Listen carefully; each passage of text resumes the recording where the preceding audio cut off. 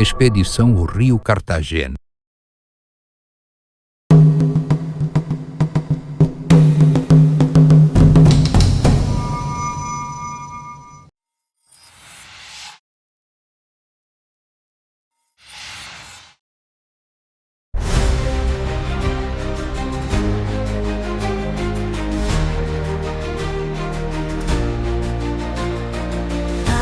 Que coam na imensidão, montanhas sussurram a história em canção, selvas guardam segredos, mistérios no chão. O vento chama, o céu clamor, cada quilômetro um novo sabor. O tempo esconde, mas somos caçadores. Rio Cartagena. Olha isso. Essas são as nossas itacoatiaras. Olha isso, gente. Sim, já foi pouco para algumas obras, certo? Essas gravuras já foram pouco para algumas obras, como o disco de Zé Ramalho e Lula Cortes, certo? O famoso Pae Biru, que era a trilha do Sumé, né? A trilha do Caminho do Sol, né? Como também já virou até mesmo o quadrinho da Turma da Mônica. Com o personagem ali, o Piteco, o Homem das Cavernas, certo? O cartunista aqui do Sertão fez, né, esse quadrinho, aí mandou, né, pro Maurício de Souza. Ele acabou aderindo à ideia e fazendo uma edição especial. Isso é mais ou menos datado de quanto tempo? Isso aqui, estima-se que foram feitos por volta de 5 a 6 mil anos atrás, né? Que é justamente isso que trazem as pessoas aqui, é justamente o enigma que ela carrega, né? E esse enigma é todo em volta sobre, digamos que tudo em relação a ela. Não só sobre quem fez, quando fez, como fez, e para que fez, o significado dela. A gente não sabe nada. Exato, porque assim, a gente tem aqui gravuras, né, marcações que foram deixadas que fogem muito do padrão de povos indígenas aqui da nossa região, certo? Na maioria das vezes são encontradas pinturas rupestres. Aqui a gente já tem a característica de inscrições em baixo relevo. Aí são chamadas de itacoatiara, vem do termo tupi-guarani, onde ita significa pedra, coatiara gravada ou riscada, né? E pelo fato de não saber realmente o que se trata, se organiza essas gravuras pelas formas que elas vão apresentando pra gente, certo? Como gravuras semelhantes a formas de plantas, pessoas, animais, né? Mas temos diversas figuras abstratas, de fato, que vai da interpretação de quem quer que esteja olhando para elas. E foi isso de fato que causou realmente essa confusão sobre quem possa ter feito realmente essas gravuras. Porque, por exemplo, você chega aqui, vê fortes indícios de figuras que representam animais que são bem semelhantes com animais que nós temos aqui na nossa região, como aquele lagarto, aquele calango ali. Se você for observar algumas características que foi dada àquela imagem, você vê ali abaixo na parte da cabeça, você vê marcações como se fossem de papadas, certo? Abaixo do rosto. E na parte da pata, você vê uma petulação assim, que é bem semelhante também à pata de uma iguana, que tem todas essas características, não só de detalhes que foram deixados na figura, como também o tamanho. Como por exemplo essa daqui, que é bem semelhante a um Mzinho. Você pegar o esboço dessa figura, você consegue assemelhar com o tamanho da bandeira, que também é um animal nativo, certo? Dentre outras figuras semelhantes a plantas, semelhantes ao abacaxi, o caju. Mas, como eu falei, vocês não só encontram esse tipo de gravura, e sim diversas gravuras abstratas, semelhantes a símbolos gregos, a figuras, né, a desenhos que foram marcados ali nas linhas dinásticas, aeroglifos egípcios, certo? Letra dos fenícios hebraicos. Tudo isso a gente encontra aqui, né? Fora dentre outras teorias que vão levando em torno a esse mistério, né, que ela carrega. Tá bom. Cara, é exatamente o que a gente está investigando. Sim. Tá? A gente está investigando Percy Fawcett, que desapareceu na Amazônia 100 anos atrás. Sim. Um explorador inglês que estava procurando uma cidade perdida. Sim. O que fez com que ele tivesse tanta certeza e se dedicasse 15 anos procurando essa cidade? Inscrições que ele encontrou no Ceilão. Sim. E que ele comparou com o manuscrito 512. Conhece o manuscrito 512? Faz. Bandeirantes encontraram uma cidade perdida na Bahia e copiaram as inscrições. Sim. E falou, é igual. Então só pode ser Atlante. Sim. Certo? Sim, sim. Eu sei que muita gente vem aqui para tentar associar os símbolos a civilizações antigas. Exato. Eu já vi inclusive um episódio de antigos astronautas aqui. Sim, eram os deuses astronautas. Isso, né? ou seja, até ET Sim. é creditado a essas Fora ainda inscrições. as imaginações, né, do pessoal da população, cidade pequena. A gente era criança, a gente dizia que se você descobrisse o segredo dessa pedra, ela ia se abrir e ia sair uma nave de dentro, né? É coisa de criança, imaginário voa, hein? né? Então me mostra você. Sim. Primeiro vamos no símbolo grego. Me mostra esse símbolo que é associado. Aqui, né, a gente vai ter, se você quiser como soltar a gente aqui, o parque tá fechado, né? Com todo respeito, tirar o chinelo, sem encostar em nada.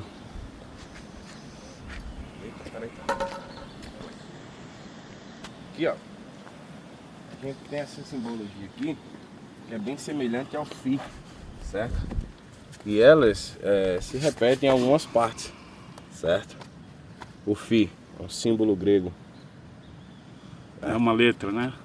Ainda bem, e fora também que se você pegar essa simbologia aqui, colocar ela de cabeça para baixo, ela também fica bem semelhante à cruz de Malta, certo? Aí já entra nos hieroglifos egípcios. Cruz de Malta é egípcia?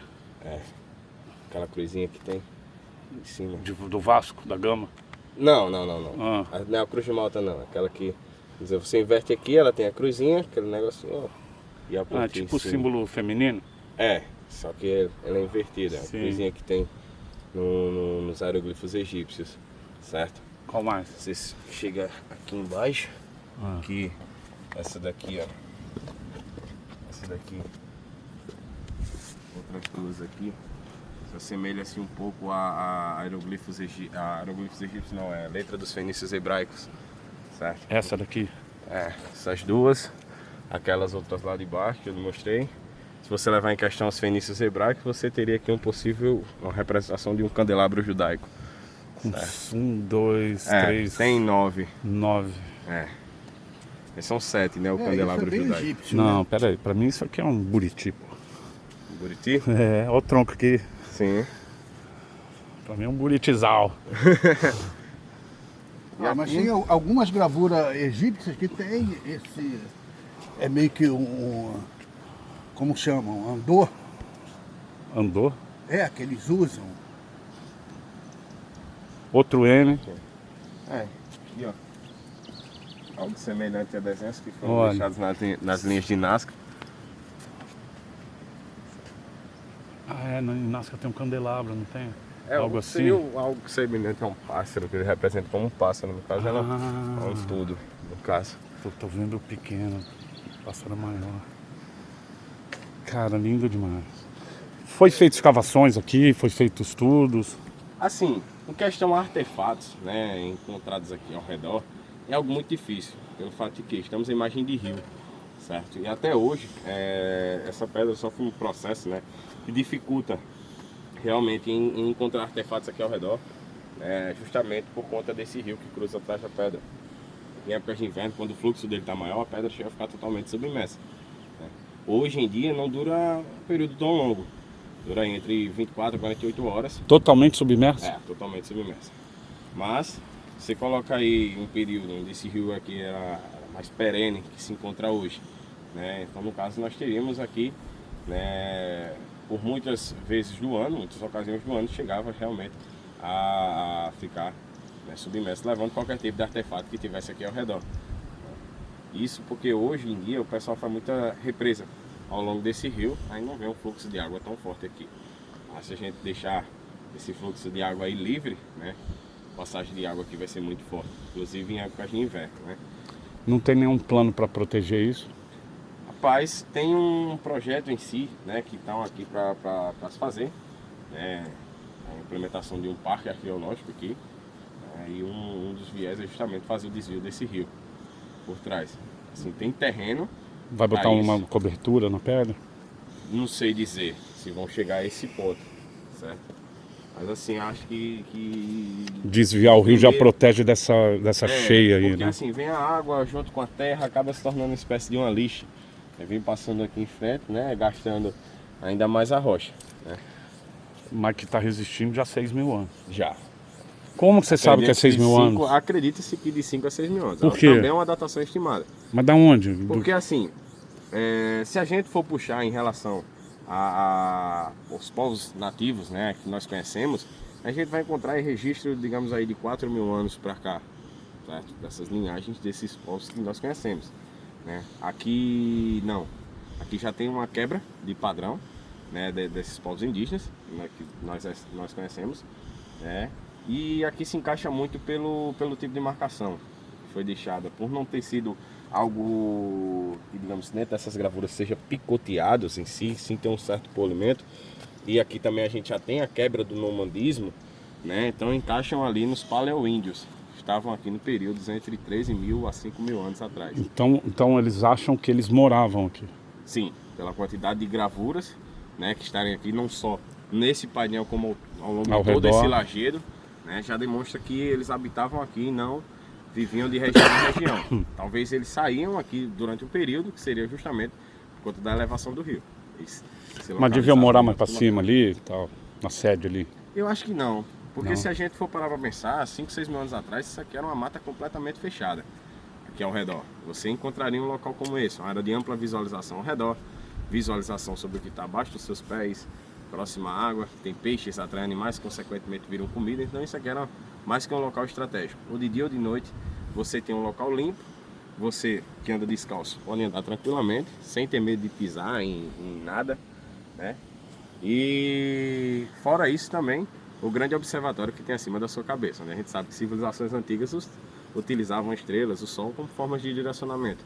A gente até mesmo consegue encontrar alguma dessas informações que foram deixadas, dessas anotações astronômicas que fizeram, né? A gente já pega muito aqui também um pouco da astrologia presente em povos indígenas. Inclusive eu vou até abrir aqui o Stellarium, né, para mostrar aqui para vocês. É algo bem interessante. Essa canelada aí foi que você deu lá na... Lembra? Quase morri, chorei pra caramba. Deixa eu pegar aqui. Tá em... Pegar aqui para o Stellarium, ele vai seguindo. Certo? A gente tá aqui, ali, tá a representação da constelação de Órion. Ah! Certo? Peraí. É isso aqui?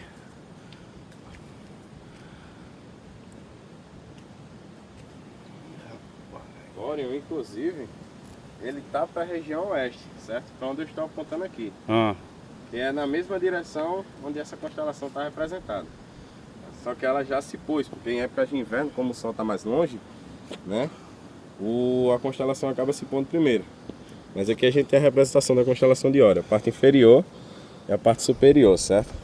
Você pode pegar o celular aí, ficar com ele na mão, que eu vou começar a pontuar aqui e tu vai dizendo se vai bater certinho com a informação que está aqui no chão, certo? Tá. Bom, aqui temos o que seria as Três Marias, certo? Que seria a parte do cinturão de Órion. Aqui nós temos o triângulo da parte inferior de Órion. Aqui temos o triângulo da parte superior de Órion, certo? Temos aqui a linha de estrelas curvadas, que seria o arco. E aqui temos os dois pontos assim, que seriam uma clava e uma espada. Certo? Bateu certinho? E aqui essa mais... está mais longe essa aqui, estrelas, mas a gente geralmente conta mais pelas que estão destacadas, certo? Talvez fosse por esse padrão que eles utilizavam essas informações. Porque se a gente for ver a constelação de Órion em si, ela sempre vai estar presente na região oeste, justamente indicando o direcionamento, como também utilizar o Cruzeiro do Sul. Porque o Cruzeiro do Sul ele não vai passar acima da nossa cabeça, ele vai ficar ali na região sul fazendo isso aqui ao longo da noite, certo? Então se você seguir com ele na sua frente, você vai estar indo para o sul. Se você seguir com ele nas suas costas, você vai estar indo para o norte.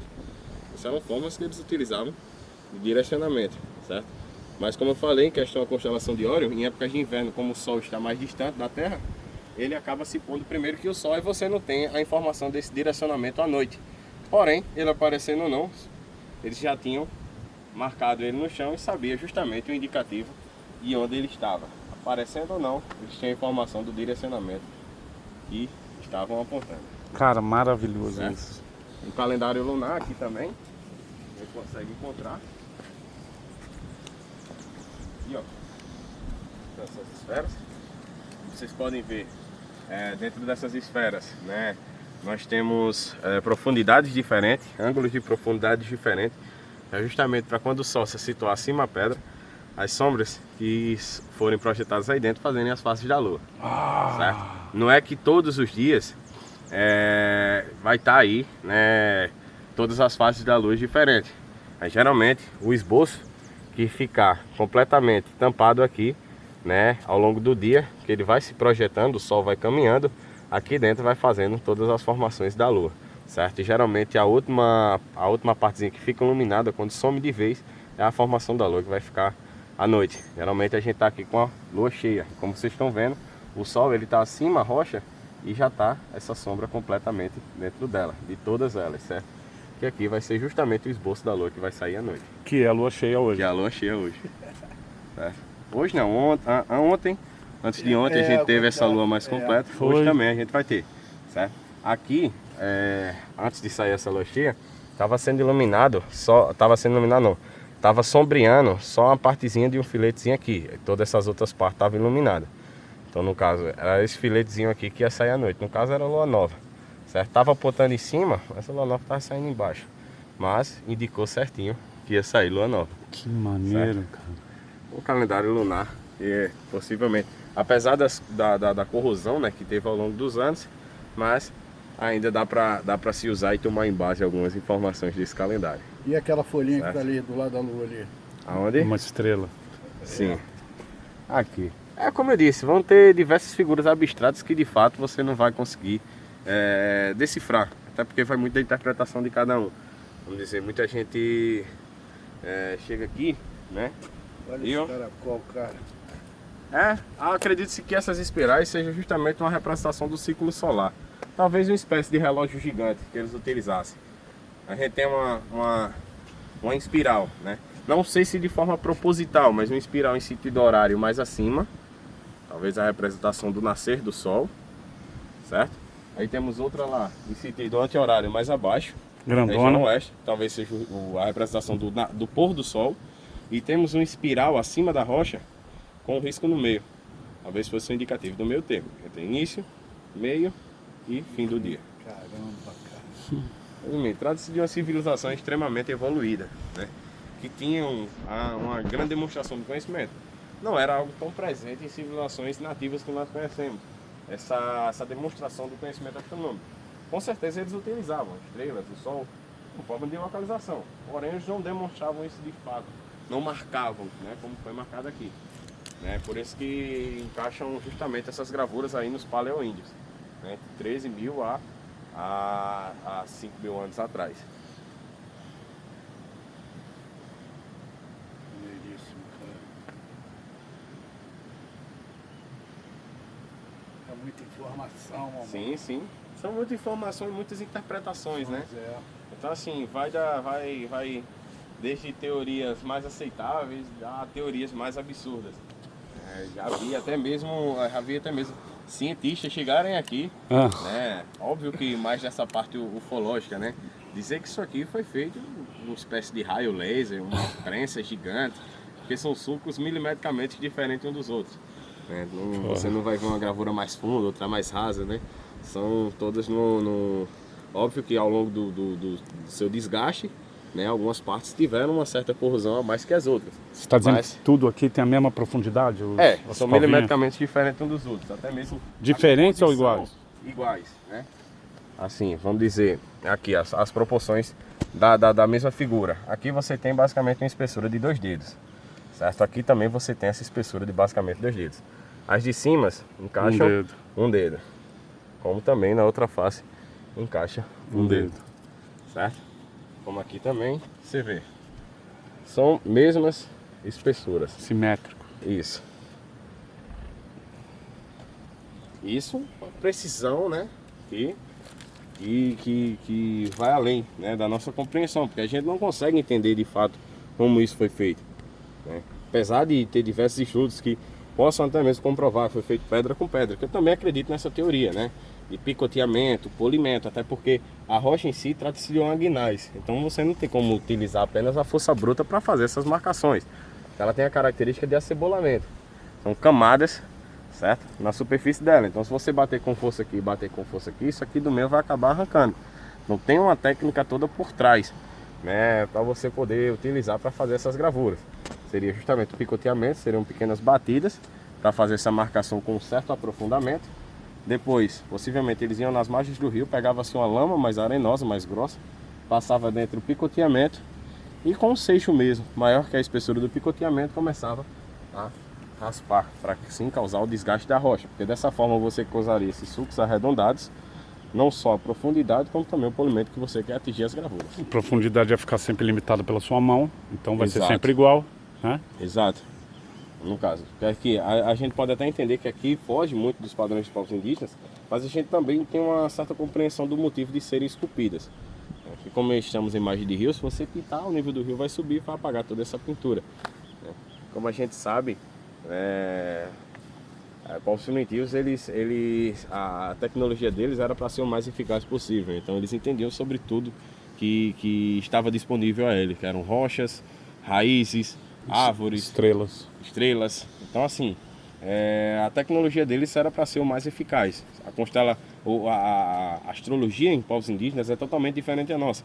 A gente tem aqui, acho que 21, 22 constelações. Eu não sou muito piradão nessas coisas. Meu signo combina com o teu ascendente, tá? Esse negócio assim não é muito comigo não. Mas se a gente for ver a astronomia presente em povos indígenas, eles vão ter ali como base Órion, região oeste, o Cruzeiro do Sul, sempre indicando o sul, Sirius, que é a estrela que mais brilha no céu à noite, você não tem como perder ela à noite, né? Pleiades, que era a indicação da chegada da chuva, né? Então assim, eram constelações que realmente eram vitais, né? Para o mundo em que eles viviam, né? Não é esse negócio de aquela ali é câncer, é um caranguejo, é uma libra, é uma balança. Uhum. Então assim, não tinha muito esse negócio. Então, vamos dizer, se eles fossem utilizar uma rocha para fazer uma ferramenta, eles iam utilizar tipos de rocha vulcânica, que tem uma concentração muito grande de ferro, né, que você bater uma na outra, realmente tem barulho de ferro, mas é uma rocha, né, que foram encontradas inclusive algumas dessas ferramentas aqui dentro desses caldeirões, nas margens do rio aqui por trás, que possam ter sido usados para fazer essas marcações, né, uma pedra com grau de dureza muito grande. Sabiam as pedras que eles iriam utilizar para fazer a amolação dessas ferramentas? Não, polida. A pedra que achou? De pedra polida. Mas a ferramenta polida também? Polida também. De tanto esfregar? Possivelmente. Fazer afiações, formações anelares, né, nessas ferramentas, que era para fazer um tipo de amarração diferente, porque se tratava de uma peça mais pesada. Tudo isso. A gente já vê que, como eu disse, trata-se de uma civilização extremamente evoluída. E talvez isso aqui tenha sido deixado justamente pela necessidade da comunicação, que é algo que o ser humano buscou desde a sua origem, né? E quando você não tem a comunicação oral, né, ou você gesticula, ou você sai apontando para todo lado, ou você representa. É justamente isso. Você imagina para uma criança, talvez dessa civilização, que ainda não tinha suas atividades de caça e coleta, mas você já tinha demonstrado aqui, marcado aquilo que era essencial, como por exemplo, quando você for para a mata caçar, você vai buscar o tamanduá, você vai buscar a iguana, o teju, ou quando você for coletar, você vai coletar o abacaxi, certo? Ou vai coletar aqui, os cajus, que também são frutas nativas. Aqui, certo? 2 cajus. Então assim, como eu disse, vai muito de interpretações e aquele negócio, apesar de você seguir, né, diversas linhagens, de até mesmo reorganizar o que seria o dia a dia dessa civilização, como a gente já pode ver que durante o dia eles não faziam essas gravuras, porque o sol ele se localiza aqui na frente, a pedra fica extremamente quente, está calor de cima para baixo, de baixo para cima. Uma pessoa que vive de caça e coleta não ia ficar aqui gastando sua energia fazendo essas marcações. Ele ia para a mata caçar. Isso aqui é à noite. Ou final de tarde. A gente já está começando no período da tarde, já está começando a fazer uma sombra aqui. Então quando eles retornavam dessas caças e coletas, cheio de observações, eles iam justamente transcender eles iam transpassar essas anotações, essas informações que eles iam guardando nessa rocha, certo? À tarde, faz uma sombra aqui na frente, possivelmente corriam água aqui no canto, eles só ficavam aqui fazendo e descansando. Chegava à noite, por se tratar de um lajedo, deitavam aqui em cima, zero poluição luminosa, uma atmosfera extremamente limpa, um céu perfeitamente estrelado. Um grande observatório acima da sua cabeça. Maravilha. Cara, 6.000 anos atrás era legal pra caramba.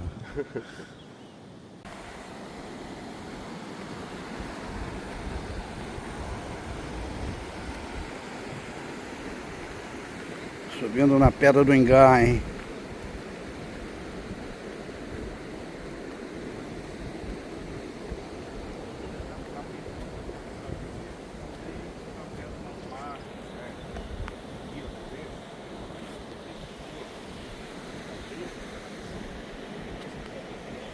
Vamos ver se a gente encontra alguma coisa.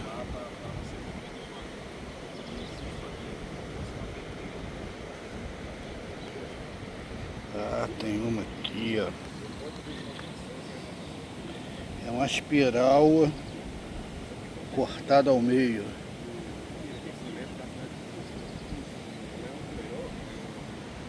O local é bonito.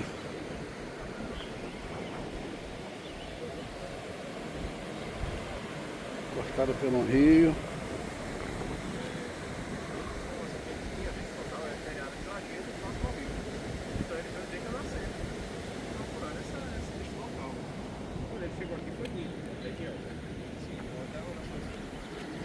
Aqui tem mais algumas, ó.